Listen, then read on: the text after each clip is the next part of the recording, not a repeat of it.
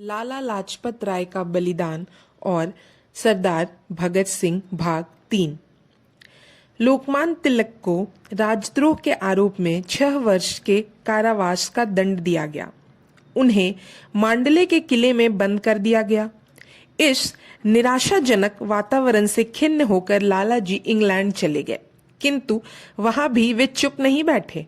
उन्होंने विलायत के पत्र पत्रिकाओं में भारत की स्थिति के संबंध में लिखकर तथा व्याख्यान देकर विद्या अध्ययन के लिए आए हुए भारतीय युवकों में जागरण लाने का प्रयास किया। स्वदेश लौटने के बाद अपने पंजाब हिंदू सभा के नाम से एक नवीन संस्था की स्थापना की। लाला जी समन्वयवादी थे। उन्होंने समय समय पर मतभेदों में सामंजस्य स्थापित करने का प्रयास किया। अपने कांग्रेस, आर्य समाज और हिंदू महासभा जैसी 3 विशाल संस्थाओं का नेतृत्व किया। इससे पता चलता है कि उनका कार्य क्षेत्र कितना विस्तृत था। लाला जी की सबसे बड़ी विशेषता यह थी कि वे अद्भुत वक्ता थे। अपने प्रभावशाली वक्तृत्व से वे जनता के हृदय को जीत लेते थे। अपने वक्ता के साथ साथ कुशल लेखक भी थे। उन्होंने महर्षि दयानंद, आर्य समाज, तरुण भारत, दुखी भारत, भारत का राजनीतिक भविष्य आदि कृतियाएं प्रदान की। साथ ही young India, Vande Mataram, people आदि प्रसिद्ध समाचार पत्र भी निकाले। अपनी शिक्षा व संस्कृति के प्रति उनका अनुराग गहन था। यद्यपि उनकी शिक्षा दीक्षा उर्दू में हुई थी, परंतु वह हिंदी के भक्त थे। उन्होंने महात्मा हंसराज और पंडित गुरुदत्त के साथ मिलकर हिंदी के समर्थन में हजारों लोगों के हस्ताक्षर कराकर ब्रिटिश सरकार को एक प्रतिवेदन भेजा था। उन्होंने पाश्चात्य की समानवती शिक्षा का भारत में अंकुरित करने के उद्देश्य से सर्वप्रथम लाहौर में तथा बाद में भारत के अन्य स्थानों पर दयानंद एंग्लो वैदिक कॉलेज की स्थापना की। National college Tilak of politics की भी उन्होंने भारतीय वातावरण के अनुकूल ही स्थापना की। छात्रों में देशभक्ति की भावना भरने के लिए लाहौर में नेशनल कॉलेज की स्थापना की गई। कॉलेज के अध्यक्ष थे लाला लाजपत राय और प्रबंधक थे भाई परमानंद। कॉलेज में हेडमास्टर की नियुक्ति के लिए समाचार पत्रों में विज्ञापन दिया गया। हेडमास्टर पद के लिए गुरुदत्त साक्षात्कार देने पहुंचे।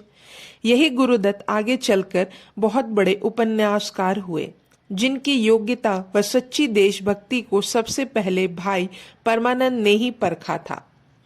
साक्षात्कार के समय भाई परमानंद ने गुरुदत्त से पूछा, आपने हेडमास्टर के लिए आवेदन किया है? जी। तुम गवर्नमेंट कॉलेज से क्यों चले आए? चला नहीं आया, सरकारी नौकरी से निकाल दिया गया हूं। किस जुर्म में? देशभक्ति के अपराध में।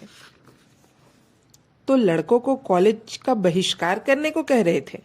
जी नहीं, उनको वहां पढ़ते हुए देश से प्रेम करने को कह रहा था। यहां क्या पढ़ाओगे? गांधी जी के आंदोलन में स्कूल कॉलेजों से निकाले गए लड़कों को जीवनोपयोगी काम सिखाऊंगा। मतलब आत्मनिर्भरता व अपने हक के लिए लड़ना ही सच्ची देशभक्ति है। हालांकि मैं विज्ञान का अध्यापक हूं, लेकिन सबसे ज्यादा इतिहास पढ़ाना पसंद करता हूं। क्यों? जो जाति अपना इतिहास भुला देती है, वह विश्व के नक्शे से स्वतः नष्ट हो जाती है। क्या तुम क्रांतिकारी हो? जी नहीं, एक ऐसा शिक्षक जो सच्चे क्रांतिकारियों का निर्माण कर सके।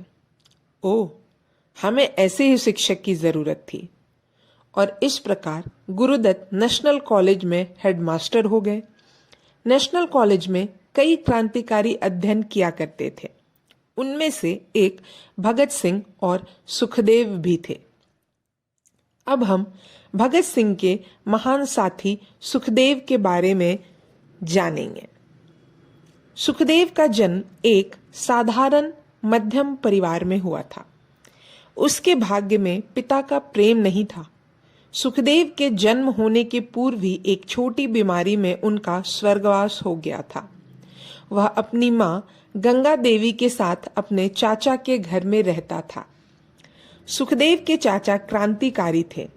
उनके घर में सब क्रांतिकारी जमा हो जाते और वहां भावी योजनाओं पर विचार विमर्श होता था। फिर उस पर एक्शन होता। सुखदेव ये सारी बातें सुना करते थे। सुखदेव एक प्रतिभाशाली छात्र था। वह कक्षा में सभी प्रश्नों के उत्तर देता था। एक बार कक्षा के सभी बच्चों को मेरा देश शीर्षक पर निबंध लिखने को कहा गया। यह सुखदेव का प्रिय विषय था। उसने लिखा, हमारी सुखी समृद्धि मातृभूमि अंग्रेज सरकार के अन्याय अत्याचार के कारण दिन रात खून के आंसू बहाती है। इसलिए हम सब भारतवासियों का कर्तव्य है कि हम ब्रिटिश सरकार को हमारे देश से बाहर निकालकर मातृभूमि को सुखी व स्वतंत्र बनाएं, उसके आंसू पोंछें। अध्यापक ने ये वाक्य पढ़ते ही एकदम सुखदेव की ओर देखा। सुखदेव को देखकर उनका बड़ा आश्चर्य हुआ। उन्होंने कहा, ऐसी बातें मत लिखना। और फिर अध्यापक ने उनकी नोटबुक के वे पन्ने फाड़ दिए। बाद में हेडमास्टर ने उन्हें बेंच से बहुत पीटा। कुछ देशभक्त अध्यापकों को सुखदेव से सहानुभूति थी। एक अध्यापक ने कहा, अब लोगों में जागृति आ गई है, आजादी का बिगुल बज गया है, हमें हमारी मातृभूमि बुला रही है। मैं यह नौकरी छोड़कर आजादी की लड़ाई में भाग लूंगा। उस शिक्षक से प्रेरणा लेकर अनेक विद्यार्थी आजादी की लड़ाई में भाग लेने के लिए तैयार हो गए।